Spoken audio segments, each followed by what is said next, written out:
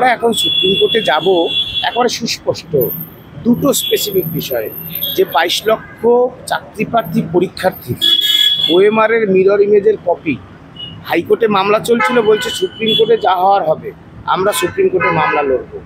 কেন প্রকাশ হবে না? তাহলে জানা যাবে কারা দুর্নীতির সুবিধা পেয়ে শিক্ষকতার মতো শিক্ষাকর্মীর মতো চাকরিটা নিয়েছে, কারা নেয়নি।